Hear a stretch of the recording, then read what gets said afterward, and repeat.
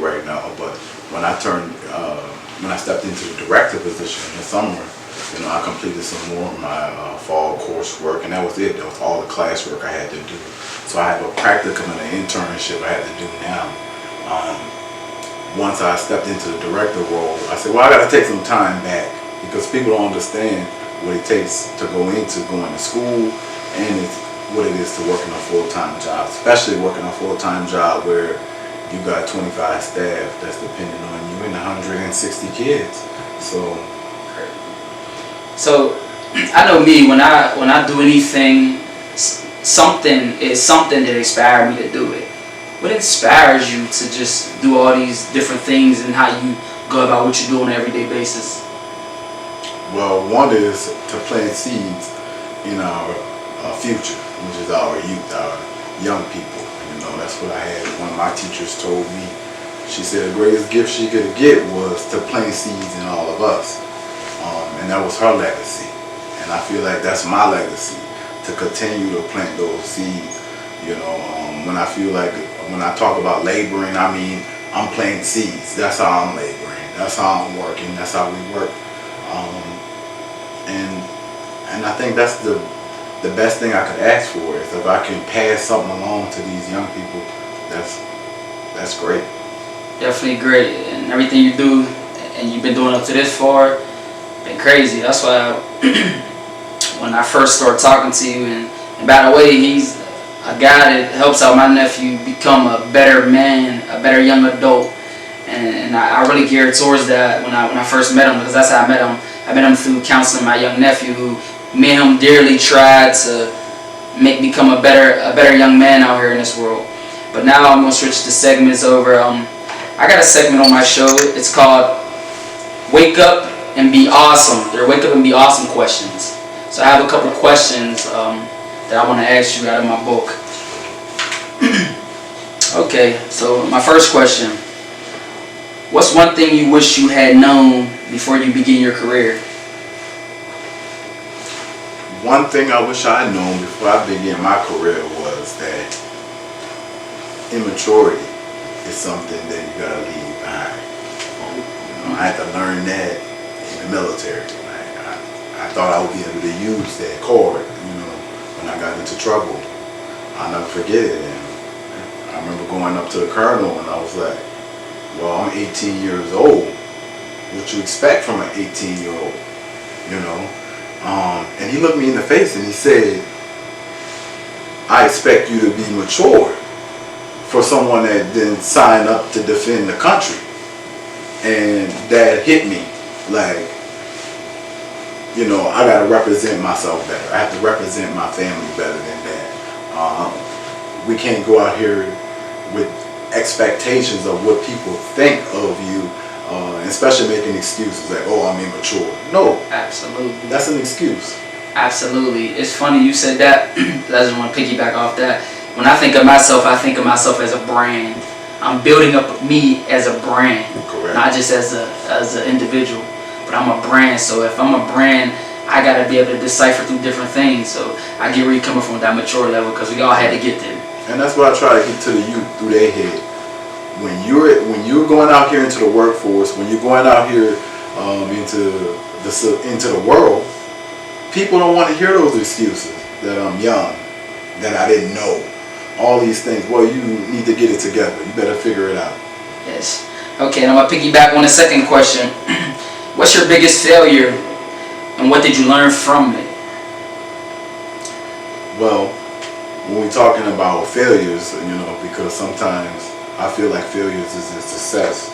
And my biggest failure is, what people don't know, is that I started off to be a nurse. I wanted to be a registered nurse. I thought that was my way to go out and advocate for people. And I knew to be a nurse, you had to have certain grades. And I wasn't making the grades that I thought I was going to be able to make.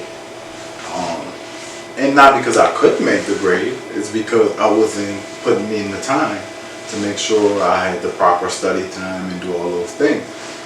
But when I failed out of that course, and I knew it was no coming back from it, because once you fail out of a science course to be a nurse, That's it. You can't get a C in that course. You gotta be a B, you gotta be an A. But then I realized that wasn't for me. That wasn't my opportunity there. There was something else out there for me, and I had to go out there and search for that and look for that. And that would lay me down to the road of counseling. Oh, well put. Okay, on to question 3. What advice would you give someone wanting to pursue a career similar to yours?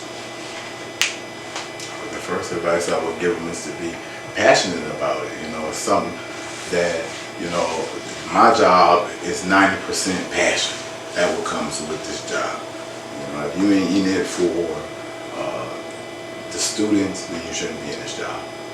You should be in this job because it's for the security in the future of the kids, not for self-interest or self-gain. And the same thing with nursing. That's not a job. I was too busy thinking about what I could make as a nurse, not what I could do for the patients. And the same with this field. I feel like every day I wake up, I almost laugh because I'm like, they pay me to do this. I love doing what I do. So if you pay me to do something I love, that I consider that I would do for free. Oh, got a point there. Okay, let's go on to question number 4. What are the best resources that helped you along your way with anything? You said you mentioned you was in the Army. You're a director now. You've been to a couple different schools. So just what's one of the biggest resources that helped you along your way? The biggest resource that helped me along the way was the people that supported me along the way. Without them, I wouldn't be here today. I'm grateful for all of them. For my aunts, my grandmother, my dad, those teachers that planted seeds in me, those people that give me second looks, those supervisors in the military that took me aside and give me a little extra advice sometimes.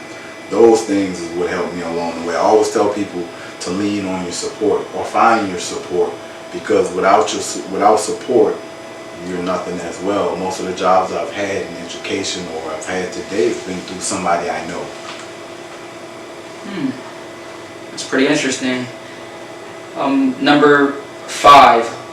Who are the 3 people who have been most influential on your journey? I know you probably could talk about a whole lot more, but I just need 3 people that really helped you. Who I'm talking about the top 3 people. You probably got, like I said, you probably got many people that helped you, but. And it's crazy that most of them are in education. When we start, I could talk about family members that helped me. Okay, that's given that I had a lot of family that supported me.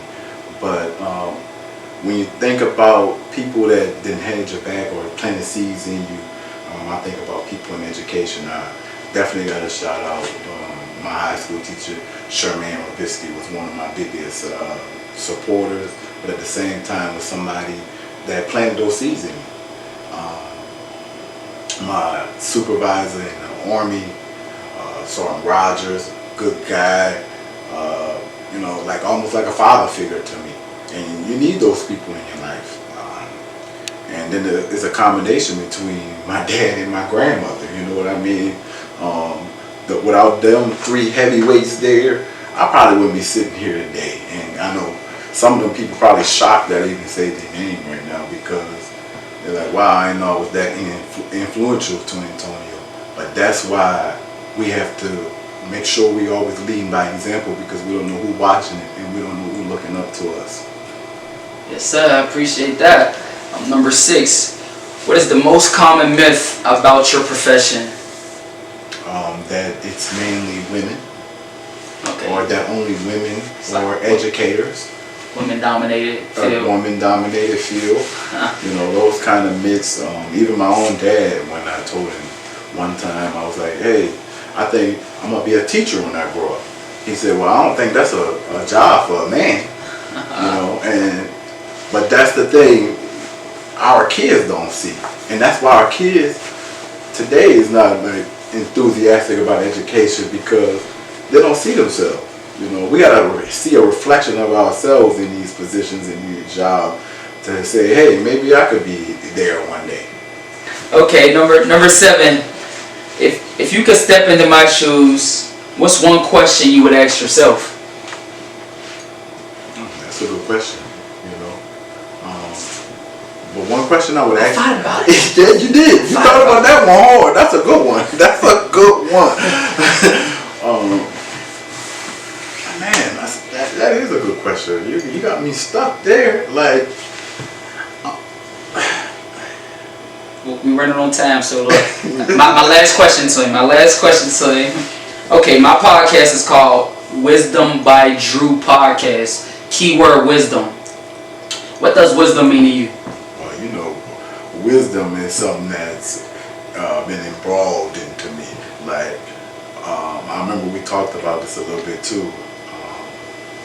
And it was this saying I heard when I was in high school, and I was contemplating whether I was going to go in the Army or whether I was going to stay around where in Louisiana. And this guy told me, Ernest Gaines, the author of the book, he wrote the book, A Lesson Before Dying.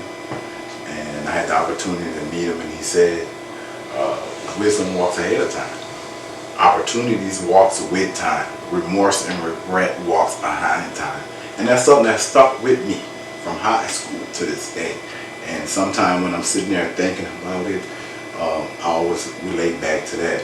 That's the best wisdom I could leave to anybody, or that's the best wisdom I could ever receive myself. I'm Andrew Carnes, Wisdom by Drew Podcast, and we out of here. Y'all ain't TV the best.